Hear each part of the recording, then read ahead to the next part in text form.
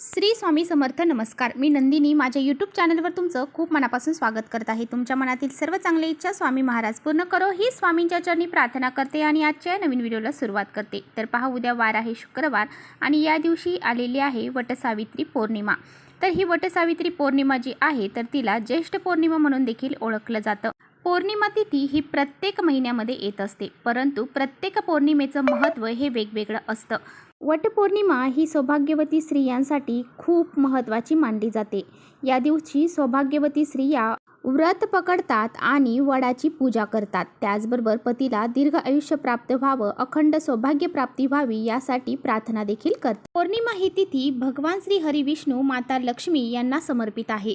त्यामुळे या दिवशी प्रभावी उपाय आणि सेवा देखील केल्या जातात. त्यामुळे आजच्या व्हिडिओमध्ये मी तुम्हाला अतिशय प्रभावशाली उपाय सांगणार आहे.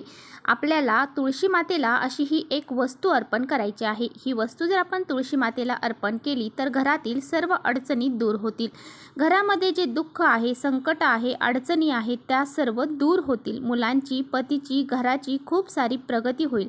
असा हा अत्यंत प्रभावशाली उपाय कसा करायचा आहे याबद्दलच आजच्या व्हिडिओमध्ये मी तुम्हाला सांगणार आहे. त्यामुळे तुम्ही व्हिडिओ कुठेही स्किप न करता शेवटपर्यंत नक्की बघा, जेणेकरून तुमच्यापर्यंत योग्य ती माहिती पोहोचेल. आपल्या चॅनलवर जर तुम्ही नवीन असाल तर चॅनलला लगेच सबस्क्राईब करा आणि असेच माहितीपूर्ण व्हिडिओ पाहण्यासाठी बेल आयकॉनलाही प्रेस करा, म्हणजे मी जेव्हा नवीन व्हिडिओ अपलोड करेल त्याचं नोटिफिकेशन सर्वात अगोदर तुम्हाला भेटेल आणि तुम्ही एकही व्हिडिओ मिस करणार नाही. तर पहा, पौर्णिमा ही तिथी भगवान श्री हरी विष्णू आणि माता लक्ष्मी यांना समर्पित आहे आणि तुळस ही माता लक्ष्मीचं प्रतीक मानलं जातं आणि भगवान श्री हरी विष्णूंना तुळस ही अतिशय प्रिय आहे.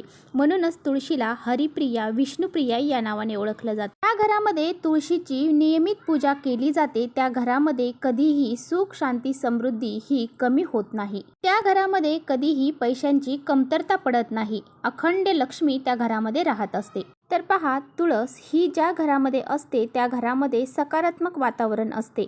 ते घर नेहमी आनंदी आणि सुखमय असते. तर पहा, जर तुमच्या आयुष्यामध्ये सतत अडचणी निर्माण होत आहेत, तुमच्या घरामध्ये लक्ष्मी ही टिकत नाही किंवा ती प्रवेश करत नाही, तुमचं प्रमोशन होत नाहीये, तुमची प्रगती होत नाहीये, मुलांची प्रगती होत नाहीये, कुठेतरी ती थांबली गेलेली आहे, घरामध्ये सतत कटकटी, भांडणं, कलह हे होत असेल, आपल्या कुटुंबाची प्रगती होत नसेल, तर अशा अनेक समस्या ज्या आहेत तर त्यासाठी तुम्हाला हा जो एक उपाय आहे तर तो या वटसावित्री पौर्णिमेच्या दिवशी करायचा आहे. हा उपाय तुम्ही एका सदस्याने जरी केला तरी त्याचं फळ संपूर्ण कुटुंबाला मिळते. हा उपाय जो मी तुम्हाला सांगणार आहे तर तो तुमच्या घरामध्ये जी काही स्त्री आहे, जी प्रमुख स्त्री आहे तर तिने करायचा आहे. तर पहा, उद्या शुक्रवार आहे, तर शुक्रवारी आपण तुळशीला जल हे अर्पण करू शकतो. तर पहा, एक आपल्याला तांब्याचा कलश पाण्याने भरून घ्यायचा आहे. त्यामध्ये थोडीशी हळद आपल्याला टाकायची आहे. असं हे हळदीचं पाणी जे आहे तर ते तुम्हाला तुळशी मातेला अर्पण करायचं आहे. यानंतर तुम्हाला एक लाल वस्त्र घ्यायचं आहे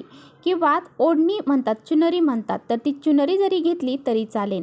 तर ही चुनरी, हे लाल वस्त्र तुम्हाला तुळशीला अर्पण करायचं आहे. जर तुमच्या घरामध्ये धनासंबंधित अडचणी असेल, कष्ट मेहनत करून देखील तुमच्याकडे पैसा येत नसेल, आपल्या कष्टाला, मेहनतीला नशिबाची साथ मिळत नसेल, आलेला पैसा कोणत्या ना कोणत्या मार्गाने बाहेर निघून जात असेल, जर तुमच्यावरती खूप मोठं कर्ज झालेलं असेल तर तुम्हाला या पौर्णिमेच्या दिवशी या माता तुळशीला तुम्हाला एक ओढणी म्हणजे एक चुनरी अर्पण करायची आहे.